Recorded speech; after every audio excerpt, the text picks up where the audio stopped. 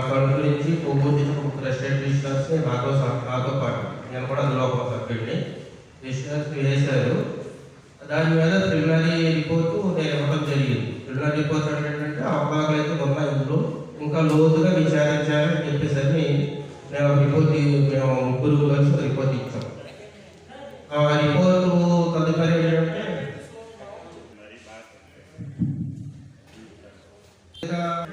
కొన్ని అవకాశాలు జరిగినాయి అనేది మాత్రం క్లియర్గా మేము ఐడెంటిఫై చేసి ఇచ్చాం. అయితే ఇంకా దీంట్లో ఎప్పుడైతే ఉన్నాయో అవకాశాలు జరిగినాయి చెప్పేసి మనం ఐడెంటిఫై చేస్తామో ఇంకా ఉండేటువంటి అవకాశం ఉంటుంది. కాబట్టి ఏంటంటే దీనిపైన చట్టపరమైన చర్యలు అవసరం అని చెప్పేసి దాన్ని 51 ఎంక్వైరీ అంటాము. 51 ఎంక్వైరీకి రికమెండ్ చేస్తూ నేను రిపోర్ట్ మేము ముగ్గురు కలిసి రిపోర్ట్ ఇచ్చాం. ఆ రిపోర్ట్ని బేస్ చేసుకుని నన్ను 51 ఎంక్వైరీ ఆఫీసర్గా డిఆర్ అంటే డివిజనల్ కోఆపరేటివ్ ఆఫీసర్ ఊరుగా నియమించారు.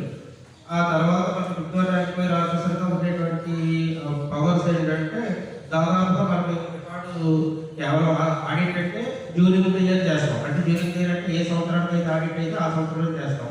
కానీ ఎంక్వైరీ ఆఫీసర్ ఉండేటువంటి పవర్స్ ఏంటంటే సొసైటీ పుట్టిన నుండి కూడా మనం చూడగలిగేటువంటి రైట్స్ వస్తాయి. దాంట్లో ఏంటంటే మాకు ఆర్డర్ ఇచ్చిందంటే 2005-6 నుంచి చూడమని చెప్పేసి ఆర్డర్ ఇచ్చారు. దాదాపు 2005-6 నుంచి మొత్తం టోటల్ ఏమేమైతే మనకు అవకాశాలు జరిగాయో అవి చూసుకుంటా మొత్తం రిపోర్ట్ మనం ఫైనలైజ్ చేసేసరికి మనకి వచ్చినటువంటి ఈ అవకాశం ఏంటంటే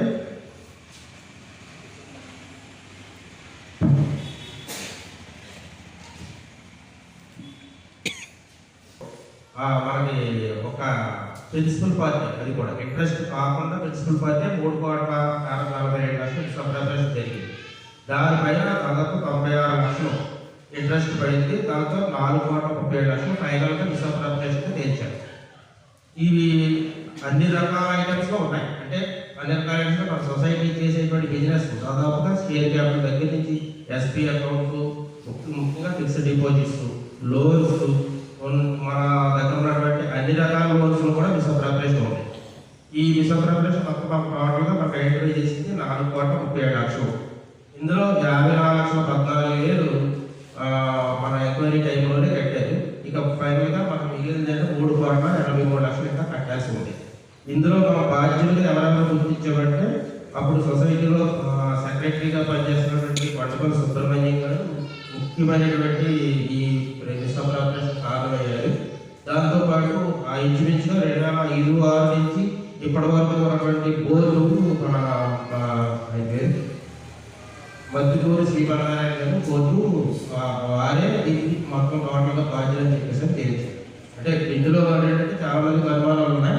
ఆయన అంటే నాకు డిపోజిట్ తీసుకున్నప్పుడు కూడా కొంతమంది కూడా వచ్చినటువంటి ఏంటంటే ఆయన కొంచెం అంటే మంచి కోటేశ్వరుడు కాబట్టి ఆయనకి అవసరం ఏముంది ఇందులో అంత అవసరాలు లేవు.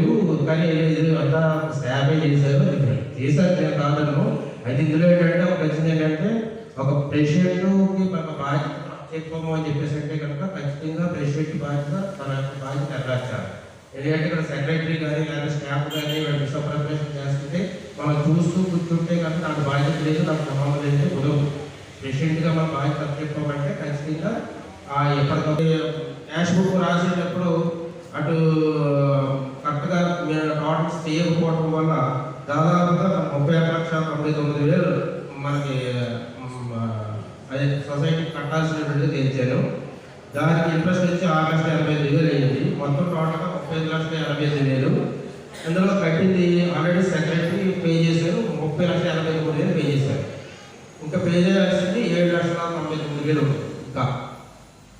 లేకపోతే సేల్ ప్రొసీడ్స్ అంటే మనకి ఇప్పుడు ఎరువులు అమ్ముతారు. ఎరువులు అమ్మినప్పుడు అది కరెక్ట్గా క్యాష్ బుక్ తీసుకురాకపోతే కనుక వాటిని కూడా మనకి ఎవరైతే క్యాష్ బుక్ తీసుకురాలేదో వాళ్ళు లైబుల్ చేస్తూ మేము రిపోర్ట్ రాస్తాం.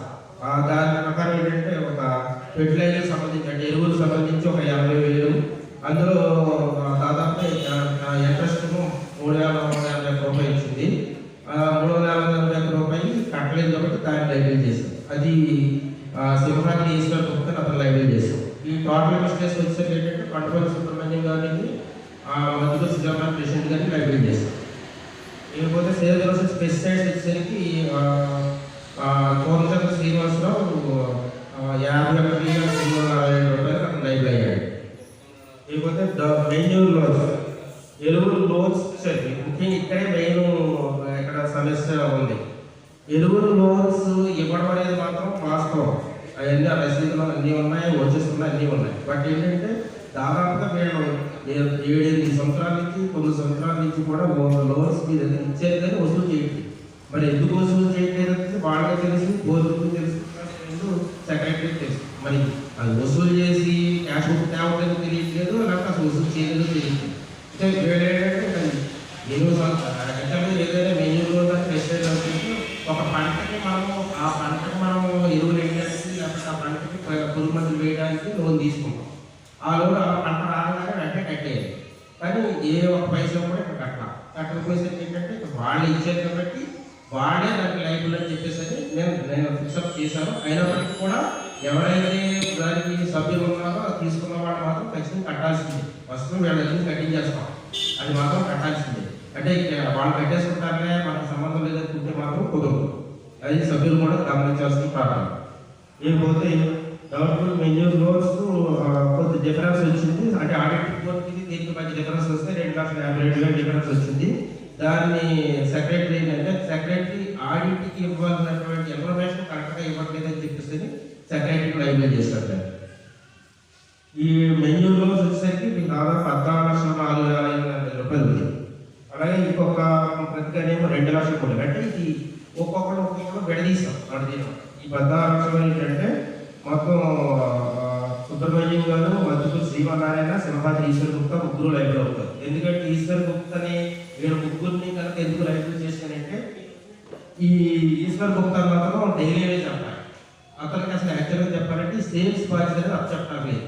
మీరేమి చూసుకోవాల్సింది సేల్స్ బాధ్యత అప్పచెప్పాలి. ఎందుకంటే అతను రెస్పాన్సిబుల్ కాదు. డైలీ ఎంప్లాయ్ అంటే మనం ఈరోజు తీసేస్తే బయటకు పోవాలి. అంతేగాని అతనికి బాధ్యత డబ్బుతో దిక్కున్నటువంటి పని అప్పచెప్పి మనం అతన్ని చేత పని చేయించుకుని ఆ పనికి సంబంధించి మన అమౌంట్ కలెక్ట్ చేయకపోతే కనుక ఎవరైతే ప్రెసిడెంట్ ఉన్నారో, ఎవరైతే అక్కడ సెక్రటరీ ఉన్నారో వాళ్ళే బాధ్యులు. ఆటోమేటిక్గా ఏంటంటే దానివల్ల ఏంటంటే వాళ్ళు బాధ్యతలు చేస్తూ నేను ఇకపోతే కోనచంద్ర శ్రీనివాస్ బాబు, కొటారి శ్రీనివాస్ ఇద్దరు కూడా వాళ్ళు ప్రైవేట్ మన పర్మనెంట్ ఎంప్లాయీస్ కాబట్టి వాళ్ళకి బాధ్యత ఉంటుంది. కాబట్టి వాళ్ళు వసూలు చేయలేదు కూడా వాళ్ళ బాధ్యత చేశారు. అది అందులో ఏంటంటే 2,03,940 రూపాయలు ఇంట్రెస్ట్, 5,75,000 కొటారి శ్రీనివాస్ బాధ్యులయ్యాడు. అతను అమౌంట్ ఈ మధ్య పే చేసినట్టు తెలుస్తున్నారు. ఇకపోతే ఇందులో మన 27,044 రూపాయలు వచ్చింటే రైతే కోనచంద్ర శ్రీనివాసరావు రైతు అయ్యాడు. ఇంట్రెస్ట్ 83,000, అది కూడా అమౌంట్ అతను పే చేశాడు. ఈ మధ్య మొత్తం పే చేస్తున్నాడు. మొత్తం టోటల్ అతను ఇంకా పెస్టిసైడ్ లోన్స్ కూడా లైబిలిటీ ఉంది. దాంతో ఏంటంటే అతను 6,50,000 పే చేశాడు. ఫిక్స్డ్ డిపాజిట్ మీరు ఫిక్స్డ్ డిపాజిట్ సొసైటీలో ఫిక్స్డ్ డిపాజిట్ వేస్తారు. ఇందులో ఏంటంటే సభ్యుల తప్పు కూడా ఉంది. ముఖ్యంగా ఫిక్స్డ్ డిపాజిట్ చేసినప్పుడు ఖచ్చితంగా ఫిక్స్డ్ డిపాజిట్ చేసిన దాని మీద లోన్స్ కూడా తీసుకుంటారు. యాక్చువల్గా లోన్ తీసుకుంటారు ఏంటంటే మీ దగ్గర ఉన్నటువంటి చెక్ ఉంది కదా, ఆ చెక్ మీద వెనకైనా రాయాలి లోన్ తీసుకున్నట్ట. లేకపోతే చెక్ కన్నా సొసైటీలో యాక్చువల్గా చెప్పాలంటే మీకు ఇప్పుడు ఉన్నటువంటి ఇవరకైతే చెక్ కంపల్సరీ సొసైటీలో డిపాజిట్ చేసిన తర్వాతే మీకు లోన్ ఇస్తాం. అది ఇప్పుడు ఈ బడ్జెట్ వచ్చినటువంటిది ఏంటంటే వెనకాల సంతకం పెట్టి లోన్ ఉన్నట్లుగా ఆ ప్రోగ్రామ్ ప్రింట్ అయ్యి సిద్ధం చేసుకోవాలి. ఈ రెండు కూడా ఏ విధంగా ఉన్నది ఇతను అంటే ఏదో ఎప్పటి చేసి రోజు రాసేసాడు. అది దాదాపుగా 21,20,000 ఆ విధంగా రాశాడు. అందులో దానికి 13,00,000 ఇంట్రెస్ట్ అయ్యింది. అందులో 16,90,000 లెక్కాడు మొత్తం ఇతను కట్టి దాంట్లో 18,13,000 లెక్క కట్టాల్సి ఉంది. అది దానికి కూడా కొండపల్లి సుబ్రహ్మణ్యం గారిని, శ్రీమన్నారాయణ ప్రెసిడెంట్ గారిని ఇద్దరు లైబ్రరీ పెట్టింది. ఇకపోతే ఫిక్స్డ్ డిపాజిట్ లోన్స్లో ఆడిట్ రిపోర్ట్ కూడా దీంతో పాటు ఆడిట్ రిపోర్ట్ కూడా తప్పుడు లెక్కలు చూపించారు. తప్పుడు లెక్కలు చూపించి లోన్స్ ఉన్నట్టుగా యాక్చువల్గా లోన్స్ లేకపోయినప్పుడు ఉన్నట్టుగా అంటే అక్కడ మనకి ఏంటంటే లోన్ ఎప్పుడైతే ఉందో మనకి ఏంటంటే ఎస్ఐట్ ఉన్నట్టు లెక్క, అంటే ఆస్తి ఉన్నట్టు లెక్క. మీ దగ్గర సపోజ్ మీ దగ్గర నుంచి లోన్ అంటే మీ దగ్గర కలెక్ట్ చేయాల్సిందే కదా, అంటే సొసైటీకి ఆస్తే కదా, అది ఆస్తి ఉన్నట్టు ఆ విధంగా లేకుండా ఉన్నట్టుగా చూపించి అంటే ఒక రకంగా చెప్పాలంటే ఏంటంటే ఆడిట్ రిపోర్ట్ మేకప్ చేయదు. ఆ విధంగా ఆడిట్ రిపోర్ట్ మేకప్ చేసి ఆడిట్ రిపోర్ట్ ప్రకారం ఎక్కువ లాభాలు వస్తున్నట్టు చూపించారు. ఆ విధంగా ఉన్నది. ఆడిట్ రిపోర్ట్ మేకప్ చేసి ఆడిటర్స్ 2005 నుంచి ఈ 15 సంవత్సరాలు కూడా ఆడిటర్స్ ఏం చేస్తారు డిపాజిట్ చేస్తున్నాం. All are innocent people. వాళ్ళు ఇలా చెప్పేది కదా ఎఫ్డీఐకి ఇంకో రిసీట్ ఇస్తారన్న సంగతి ఎవరికి తెలియదు. ఇప్పుడు నాకు కూడా తెలియదు. క్యాష్ డిపాజిట్ చేసినట్టు అటు డీసీసీబీ రిపోర్ట్ తేవాలి, రిసీట్ తీసుకోవాలన్న సంగతి సొసైటీలో ఇది ఇచ్చినట్టు అది కూడా ఫేక్ ఇవ్వచ్చు. దానికి ఆథరైజేషన్ ఎట్లా ఉంటుంది? ఫేక్, అది కూడా ఫేక్.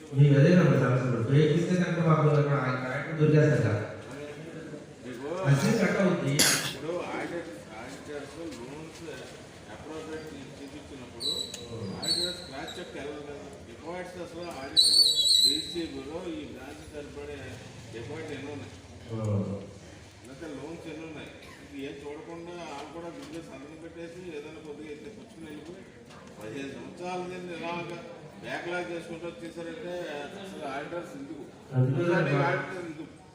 ఆడిటర్స్ అంటే మెటీరియల్ డిస్పాచ్ అయితే దాని టీసీ కాడి నుంచి బిల్లు కాడి నుంచి పేమెంట్స్ అంతా క్రాక్ చెక్ ఉండాలి.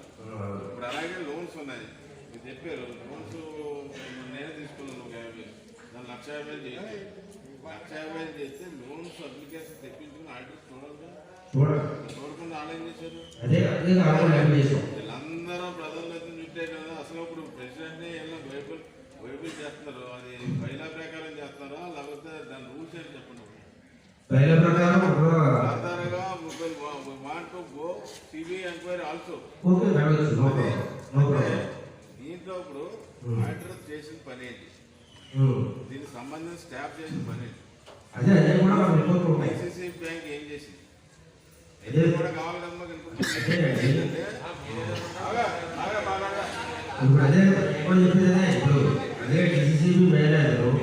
ఏంటంటే ఇప్పుడు ఇది ఎలా జరిగింది, వీళ్ళ బాధ్యత ఎంత అమౌంట్ పోయింది, లేకపోతే ప్రెసిడెంట్ వెయిబుల్ చేసి అంతా విమర్శనం చేసాం. అసలు బైలా ప్రకారం ఏ రకంగా వెళ్ళాలి? బైలా ప్రకారం అయితే ప్రెసిడెంట్ సెక్రటరీ లేకపోతే బాధ్యత ఉంది. ప్రెసిడెంట్ బైలా ప్రాక్టీస్ ప్రకారం సెక్రటరీ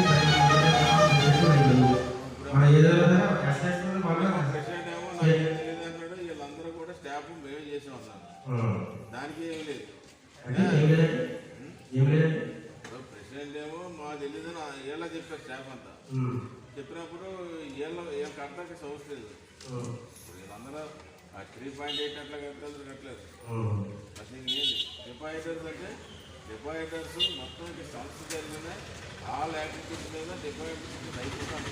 డిపాజిట్ చేసినట్లయినా లేకపోతే కార్యకలాపాల మీద రైట్ ఉందా లేదా సంస్థ ఇప్పుడు ఎరువులు చేస్తుంది, దానికి ఇంకో గొడవలు కడుతుంది, అది ఇంకో కాలాపాలు చేస్తుంది. ఇప్పుడు దాని మీద వచ్చిన ఇన్కంలో ఇవన్నీ కూడా సంస్థ సంబంధమైనా లేకపోతే అవి మళ్ళీ ఐకేపీ ద్వారా కొంత అమౌంట్ వస్తున్నాయి. ఇవన్నీ సంస్థ యాక్టివిటీస్లో ఇవన్నీ కలగలిపోయిన ఉన్నాం కదా. అది కూడా అడుగుతున్నాను. ఎందుకంటే కొంతమంది వేరే యాక్టివిటీ అన్నాడు పాలు వేసిన రైతు పాలు కాకుండా సమాధానం చెప్పాలి. అది ఎలా జరుగుతుంది? ఆల్ యాక్టివిటీస్ సంబంధించిన రైతు అన్ని కూడా ఇంకా కలగలిపోయినా ఎంతమంది లాన్సర్స్ తీసుకోవాలి.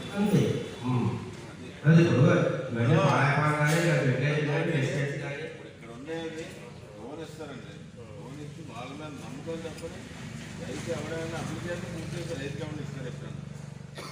ఎవరికి ఎవరైనా ముందు రైతుకి లోన్ సర్టిఫికేట్ అందరం పెట్టుకుంటారు, డబ్బు ఇచ్చేస్తారు, లక్షల పెన్షన్తో దేంతో వేసుకుంటారు, అయిపోతుంది. ఆ తర్వాత అప్లికేషన్ దాన్ని పూర్తి చేసుకుంటూ ఉంటారు. అది పూర్తి చేయని రోజులు కూడా ఉంటాయి. మళ్ళీ సంవత్సరానికి మళ్ళీ లోన్ రెన్యూవల్ చేసినప్పుడు కూడా పూర్తి చేసి ఉంటాయి. అతను ప్రెసిడెంట్ చేయడం జరిగిన కార్యకలాపాలు అర్థం తెలుసు. కాకపోతే ఇన్ని సంవత్సరాలు ఆడిటర్స్ ఏం చేశారు? ఆడిటర్స్ అంటే వాళ్ళు గతంలో మబ్బి పెట్టి వాళ్ళు లక్షల మంది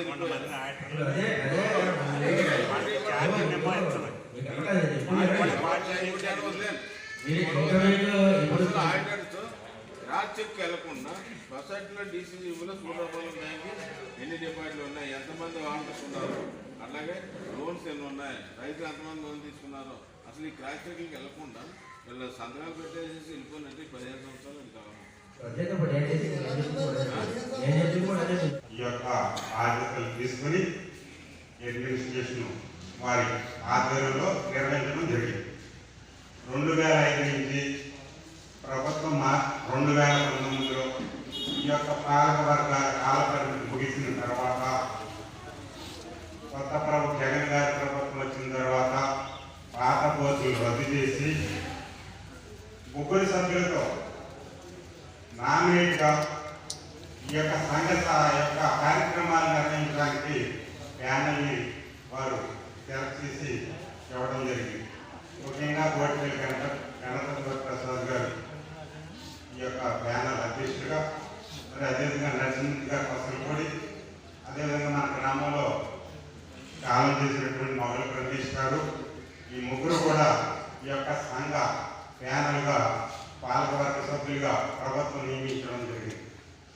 మరి నియమించిన తర్వాత వారు 2005 నుంచి 2019 వరకు బాధ్యతలు తీసుకున్నటువంటి పాలకవర్గం, సెక్రటరీ వీళ్ళంతా కూడా ఈ కొత్త అధ్యక్షులు వచ్చిన తర్వాత ఆ రికార్డులన్నీ కూడా వీళ్ళకి అప్పచెప్పవలసిన బాధ్యత వాళ్ళు.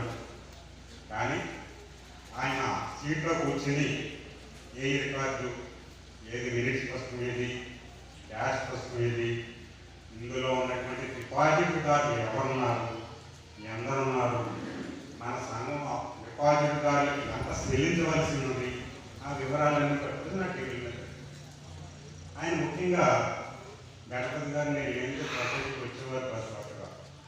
ఎందువల్లంటే మీకు అనుభవం ఉంది, మీరు రావాలి, మీరు వచ్చే నాకు కొత్త నాకు తెలియదు, మీరు వచ్చి నాకు సజెషన్ చెప్పాలి అని సీట్లో కూర్చోబెట్టడంలో మీది పాత్ర ఉన్నదని బట్టి మీరు రావాలని అనడం జరిగింది. దానివల్ల నేను కూడా ఆయనకి పొందినవాడు. ఆయన మా ఇంటికి వచ్చి డైరెక్ట్గా మీ ఎదురుకి వచ్చి కూర్చునేవాడు. ఇక్కడికి వస్తే ఒక క్యాష్ బుక్ అమ్మంటే లేదు, డిపాజిట్ కార్డులు అందరూ ఉన్నారంటే లేదు, ఎవరెవరికి ఎంత ఇవ్వాలంటే లేదు, ఎరువులు ఏంటంటే లేదు, సంచులు ఏంటంటే లేదు, అలా లేవు, ఏమీ లేదు, ఎక్కడ లేదు, పాడు లేదు. అటువంటి పాలకవర్గం విధి నిర్వహణ గతంలో జరిగింది. మరి దీనికి మరి అధ్యక్షులు వారు 1 రోజు, 2 రోజులు, 3 రోజులు, 4 రోజులు, 5 రోజులు ఎక్కకుండా అప్పుడు 10 రోజులు అయిన తర్వాత ఎమ్మెల్యే గారు కంప్లైంట్ చేయడం జరిగింది.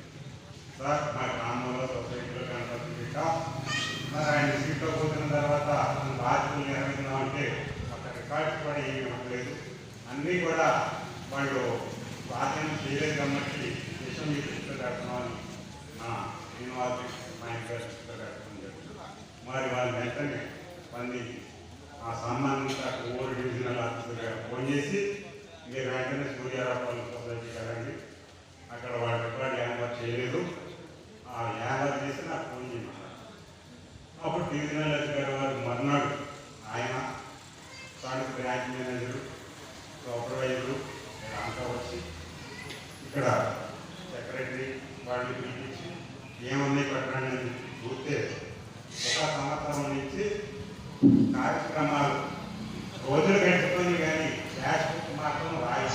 1 సంవత్సరం పాటు నుంచి క్యాష్ బుక్లో ఎంట్రీ అనేది లేదు. అంటే ఏంటి, పాలకవర్గం ఏం చేశారు, అధ్యక్షుల వారు ఏం చేశారు, ఏం చేసి ఏం చూశారు? ఇక్కడ 1 సంవత్సరం పాటు ఎంట్రీ రాలేదంటే క్యాష్ బుక్లో బ్యాంకు ట్రాన్సాక్షన్ ఎలా ఉంటుందో మీ అందరికీ తెలుసు. మనం ఒక బ్యాంక్ వెళ్ళామనుకోండి, 4 గంటల వరకు మనకి డబ్బులు ఇవ్వడం, చూసుకుందాం, కట్టడం జరుగుతుంది. అక్కడి నుంచి వాళ్ళు రాత్రి ఏదైనా ఎదురైనా ఆ లావాదేవీలు కూడా క్లోజ్ చేసుకుని ఈరోజు ఎంత జమ వచ్చింది, ఎంత బయటకు వెళ్ళింది, ఏంటి అనేది తెలుసుకుని ఎంత, అది ఈ యొక్క బ్యాంక్ యొక్క లక్ష్యం. అలా ఎక్కడ కోటి. కానీ 1 సంవత్సరం పాటు అందులో ఎంట్రీ రాయలేదు, ఏమీ లేదంటే మరి పాలకవర్గం అధ్యక్షులు ఏం చేశారని ఆలోచించండి. మరి ఇంత లోతుగా వెళ్ళిపోయి నాకు సంబంధం లేదని తిరిగేశారు అని చెప్తున్నారంటే మరి ముందు ఏం చేశారని అడుగుతున్నాను నేను ఈరోజు.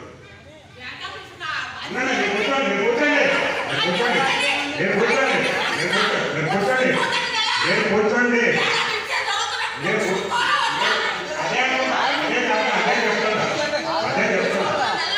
ముఖ్యంగా అదే మరి చెప్తున్నా ఆయన మీద బ్యాంక్ మేనేజర్ ఉంటారు,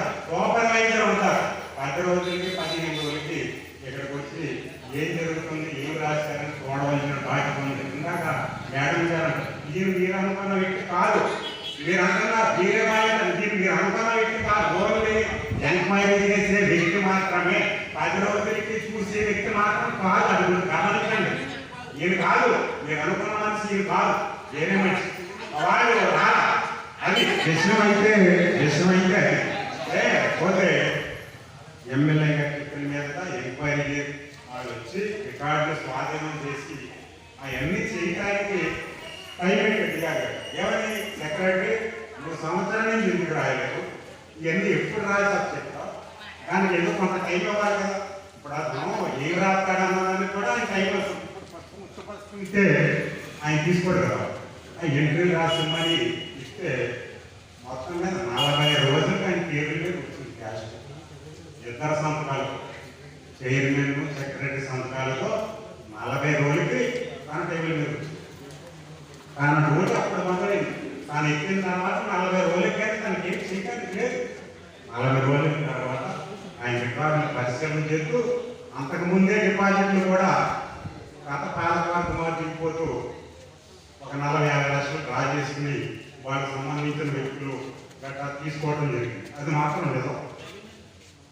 పోతే ఈయన వచ్చిన తర్వాత ఆ రికార్డులు పరిశీలించి ఏం జరిగింది, ఇవన్నీ నుంచి రాయలేదు పుస్తకం, ఏ రోజు కాదు రాయవలసిన పుస్తకం సంవత్సరం నుంచి రాయకపోతే ఇందులో ఏదో ఉంది, అందుకనే ఎలా పెట్టారని చెప్పి చూడంగా పరిశీలన చేయడం జరుగుతుంది. దగ్గర కూర్చొని రోజు ఆఫీస్కి వచ్చి చూడటంలో వెంటనే ఆయనకి మొదటి రోజే ఒక 7 లక్షల సంబంధించిన తేడా గమనించారు, 9 లక్షలు తేడా గమనించారు.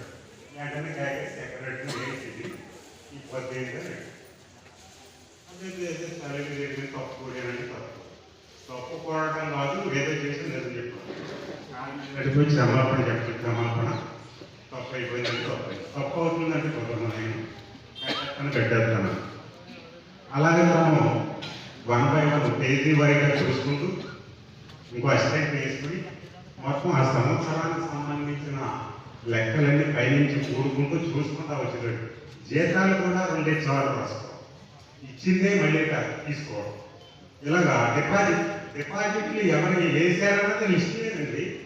ఫలానా ఎల్లయ్య లక్ష లక్ష ఇలా ఉంటారు కదా, ఎవరిలో డిపాజిట్ పట్టుకున్న దానికి ఈ సొసైటీలో ఎవరికి డిపాజిట్ ఉన్నది ఆరాయలేదు.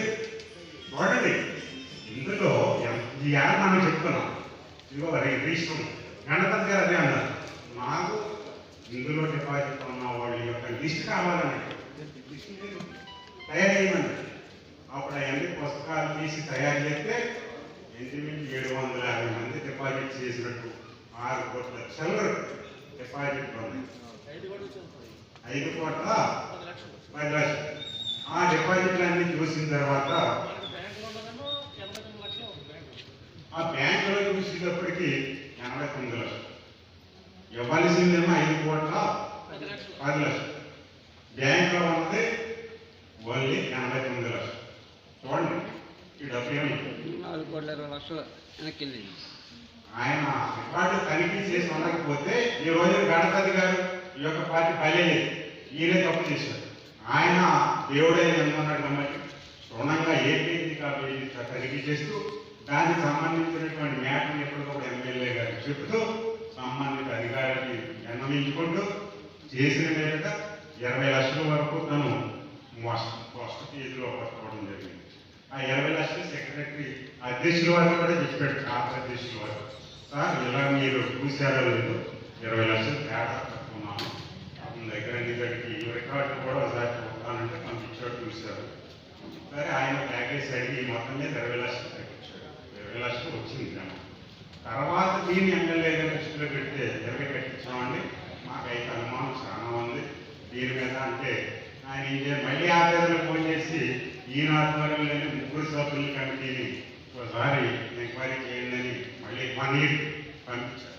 అప్పుడు వారు 35 సభ్యులు వచ్చి తనిఖీ చేయగా 1 సంవత్సరంలో 54 లక్షలు కట్టుకోవడం జరిగింది. అంటే 20తో మొత్తం 54 లక్షలు కట్టుకోవడం జరిగింది. అప్పుడు ఇదేంటని మళ్ళీ అధ్యక్షులు వారి దృష్టికి తీసుకెళ్ళారు. మళ్ళీ ఆ 34 లక్షలు కూడా కట్టించడం జరిగింది. అంటే టోటల్గా 54 లక్షల రూపాయలు. 3 సభ్యుల సూచించినది 30 చిల్లర, కట్టిన ముందు 20, 54 లక్షలు కూడా గణపతి గారు ఆ 54 ఆయన సగం జీతం ఇవ్వాలి. అది కొంతకాలం అతను అలా ఉంచుతారు. ఇంకా అతని మీద మరి కోర్టులో వాయిదా ఎంత ఉండాలి కొవ్వూరు. ఆ ఆస్తులన్నింటినీ కూడా జప్తు చేసిన ఆస్తుల్ని మరి ఈ విచారణకు వెళ్తే కానీ అవి కూడా అమ్మడానికి లేదు. ప్రస్తుతానికి ఏంటంటే అటు గుర్తించి అవి ఏ రకమైన ఇతరులకు బదలాయించడం కానీ అమ్మడం కానీ చేయకుండా దాన్ని అలాగా బ్లాక్ చేయడం జరిగింది. అది ఎవరికి బదలాయి వేరే వాళ్ళకి రాయటం కానీ అమ్ముకోవడం ఎటువంటి చేయడానికి వీలు లేకుండా చేశారు. అందువల్ల ఇవన్నీ జరగాలంటే కొంతకాలం పడుతుంది. అందువల్ల విషయం అయితే మొన్న పోతే ఇంకా స్టాఫ్ ఉన్నారు. ఈ 5,05,75,000 పటారి శ్రీనివాస్ అసలు పొడి, ఈ వైద్యశ్రీను గుప్తా ఉన్నాడంటే తను డైరీకి తను రోజువారికి పోయి ఏమన్నమాట ఉంటాడు, రేపు వెళ్ళిపోతాడు. దానిగా మనం చేసి దానికి కూడా తేడా వచ్చింది 15 లక్షలు. అది ఎవరిది డైరీ లేదు కాబట్టి అధ్యక్షుల వారి మీద సెక్రటరీ వారి మీద పెట్టడం జరిగింది. వాళ్ళ బాధ్యత వాళ్ళు ఏ రోజు నమ్మకం ఆ రోజు వీళ్ళ దగ్గర కరెక్ట్ చేసుకోవాల్సిన బాధ్యత వాళ్ళకు ఉంది. కానీ వాళ్ళు చేసుకోలేకపోతే వీళ్ళ తప్పు అని చెప్పి ఆలోచించడం జరిగింది ఇందులో. అందువల్ల ఆ డబ్బు కూడా వాళ్ళ సెక్రటరీ అధ్యక్షుల వారికి పెట్టాలని ఇందులో లింక్ పెట్టడం జరిగింది. అందులో ఎటు చూసినా 3 కోట్ల మనకు రావాలి. పోతే ఈ స్టాఫ్ మరి కొడిసర్ల శ్రీనివాస్ ఈ యొక్క వైద్యశ్రీను వాళ్ళు చెప్పింది నా దగ్గరికి వచ్చి, సార్ మీకు కావాలని ఏమి రూపాయి వాడుకోలేదు, మేము ఏంటంటే సొసైటీ తీర్మానం చేసింది ఎరువులు పురుగు మందులు అరవమని రాశారు రైతులకి, దాని మీద మేము ఇవ్వడం జరిగింది. మా దగ్గర లిస్ట్ ఉంది, ఇంకా రైతులు కట్టవలసిన లిస్ట్ ఉంది, వాళ్ళు కట్టలేదు. అందువల్ల ఈ బాధ్యత సేల్స్ మ్యాన్గా నీ మీద ఉంది, నేను సస్పెండ్ చేస్తున్నా, నువ్వు కట్టాలని చెప్పి నా మామూలు వచ్చి పెట్టారు. అందువల్ల నేను కడుతున్నాను. తర్వాత రైతులు రికవరీ తీసుకోమని డిఆర్ గారు చెప్పారు. అందువల్ల కడుతున్నానని చెప్పి అసలు కూడా చెప్పడం జరిగింది. అదేవిధంగా వైద్యశ్రీని కూడా అదే అంటున్నాడు, వాళ్ళు ఇమ్మంటే ఇచ్చిన తప్ప మేము సొంతంగా ఎవరికి ఇవ్వలేదు, వాళ్ళు కలెక్ట్ ఇవ్వాల్సిన రైతులు ఉన్నారు, వాళ్ళు వసూలు చేయాలి అని అంటున్నారు. మరి వాళ్ళ మీద ఏం చేద్దామంటే జనరల్ బాడీలో మీ అభిప్రాయం ఏంటి? సెక్రటరీని అయితే డిఆర్ గారి సస్పెండ్ చేశారు, వీళ్ళ మీద యాక్షన్ తీసుకోమని మీ కోర్టులు ఏం కానీ తీసుకోండి అని చెప్పి అధ్యక్షుల వారికి ప్రారంభానికి ఇచ్చారు. మరి దాని మీద మీరు ఏం నిర్ణయం చెప్తారు? వాళ్ళిద్దరిని మనం కొనసాగించాలా వద్దా?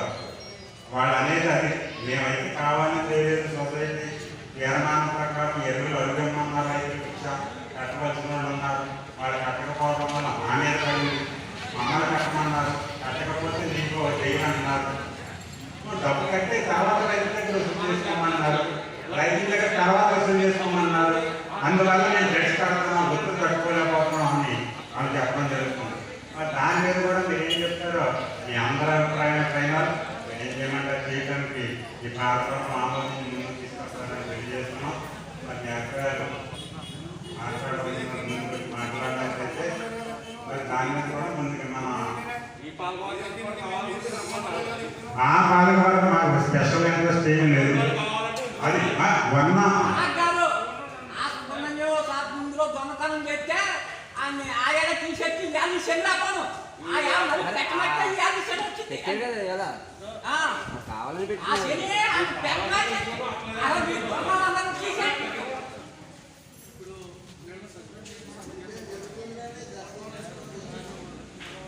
సస్పెండ్ చేస్తే సగం చేసి ఇవ్వాలంటే మళ్ళీ పక్కన ఫుల్ చేసి ఇవ్వాలి.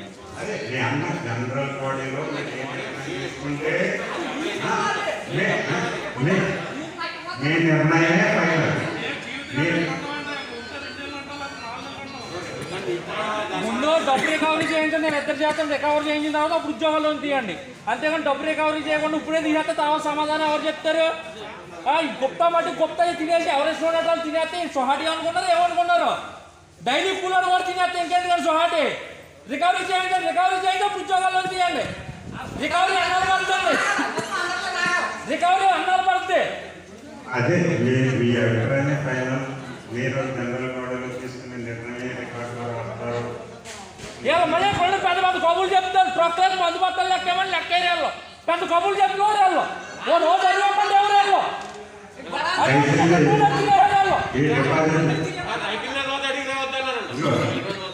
నేను డిపాజిట్ కార్డులు ఒకటి వినము. మీ అందరూ కూడా కమిటీ కింద ఏర్పడాలి. మీ కులాల వారీగా ఒకళ్ళిద్దరు మెంబర్లు పెట్టుకోండి. ఏంటి కమిటీ కదా రావు గారు, మా డబ్బు ఎప్పుడు వస్తుంది అన్నది ఎవరో ఒకరు భరోసా తీసుకుని మాకు ఉంది. అంతేగాని కమిటీలు సెక్రటరీలు అన్ని కాదు, మాకు ప్రెసిడెంట్ గారి మీద నమ్మకం ఉంది. కమిటీలు గట్రా కులాల వారీగా కులాలు ఎవరికి చెప్తే ఇక్కడ డబ్బులు అందరూ ఒకే కులం అది. అంతేగాని కులాల వారీగా సెక్రటరీల వారీగా వీడియోని ఎవరు వద్దండి. ఇప్పుడు సునీల్ అంటున్నాడు, ఎవరొకరు భరోసా తీసుకోవాలి. భరోసా తీసుకోవడానికి ఇక్కడ జరిగిన విషయం అంతా ఎన్నారు, ఏం జరిగింది అనేది నివేదిక రూపంలో ఆఫీసర్గా చెప్పడం జరిగింది. మీ బాధలు కాదంటారు, నేను చూశాను కాబట్టి చెప్తున్నాను. నేను అందుకని అంటున్నా, త్వరితగతిని మీ డబ్బులు మీకు రావాలి అంటే మీ అందరూ ఏం చేయాలి, ఏ రంగంగా ముందుకెళ్తే సాధ్యమైనంత వరకు మీరు డబ్బులు తీసుకోగలుగుతారు ఆలోచన చేయాలి. ఇందులో భాస్కరరావు కానీ గణపతి కానీ మా తోటి డబ్బు ఏమైందన్నది మీకు మాట్లాడి మేము చేసాం. పలానా ఓళ్ళ వల్ల ఏ నష్టం వచ్చిందని తేల్చాం, మా తోటి మేము చేసాం. కానీ వాళ్ళ రికవరీ కట్టితే మీ డబ్బుల్ని అందంగా పడిపోదు. కానీ అందరికీ చెప్పా, 2 మార్గాలు ఉంటాయి, ఒకటి కట్టడం, రెండోది కొట్టుకెళ్ళడం. నాకు చేతిలో 1,40,00,000 ఉంది. ఆ 40,00,000 అదే రావుతుంది.